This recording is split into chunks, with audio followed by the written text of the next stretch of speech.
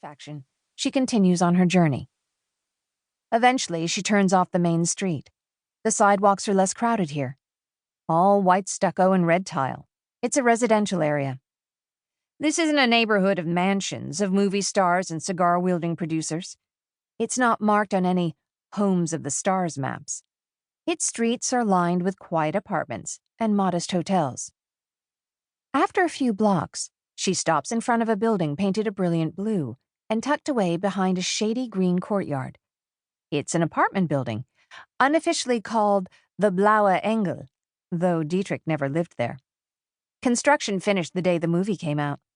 It's not as fashionable an address as the El Greco or Hollywood Tower, but its apartments never sit empty for long. Setting her briefcase on the sidewalk in front of the Blaue Engel, she opens her wide leather handbag and conducts a search. A man with a shopping bag edges around her, as does a woman with a small, furiously yipping dog.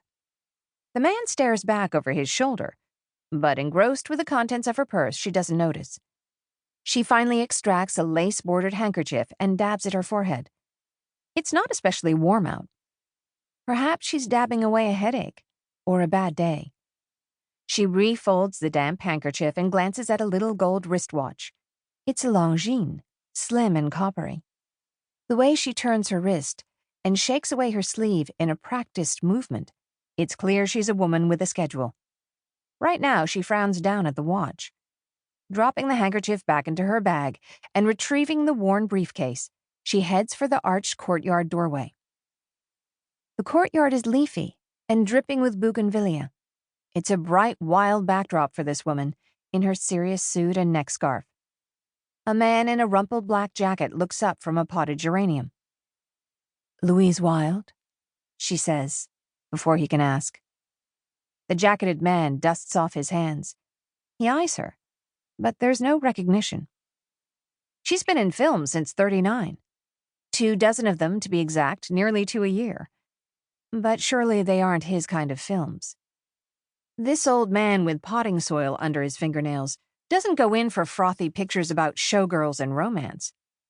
The Betsy Barnes series, Tap Dance to Heaven, Red-Blooded Rita, that new high society picture, all featuring a small-town girl with big city dreams, as the studio is fond of saying, all with a grand makeover scene, all with a husband won successfully by the end. He hasn't seen them, she's sure. The man in the black jacket still waits by his geranium. "I'm meeting Mr. French," she adds. He taps his head. "The lawyer fellow? He didn't say he was expecting a gal." She tightens the grip on her black handbag. "Well, he's upstairs." He pushes open a gate and indicates a set of metal stairs. "Number 12. Louise walks up the stairs by herself. The man has already gone back to his geranium. She finds the door marked 12, hung with a scrawny wreath. Of course, the door is blue. For just a moment, she pauses in front of that blue-painted door. It's been a day, and she'd rather be back at home in her bathrobe than here. All morning, she'd been at the studio arguing the new script, fruitlessly. They'd nodded, smiled, and told her to be on set Monday or else. And then she finds a stack of messages in her dressing room from a lawyer with instructions to meet him at the Blaue Engel. Her fingers twitch for a Manhattan.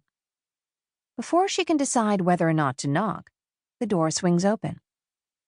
Mr. French looks exactly like the lawyer, with a 3-piece wool suit and unnaturally white teeth. His hair is dyed in Brill cream to within an inch of its life. He's probably 50, 60 years old, despite what the pancake makeup under his eyes wants you to think. He's more Hollywood than she is.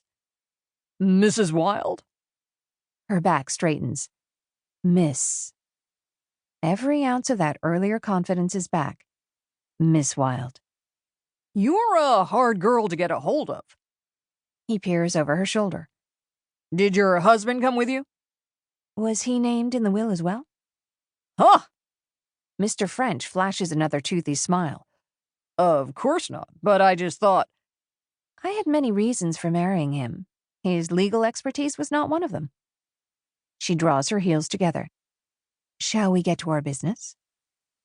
He stares a moment, as though trying to decide whether he's been insulted or not.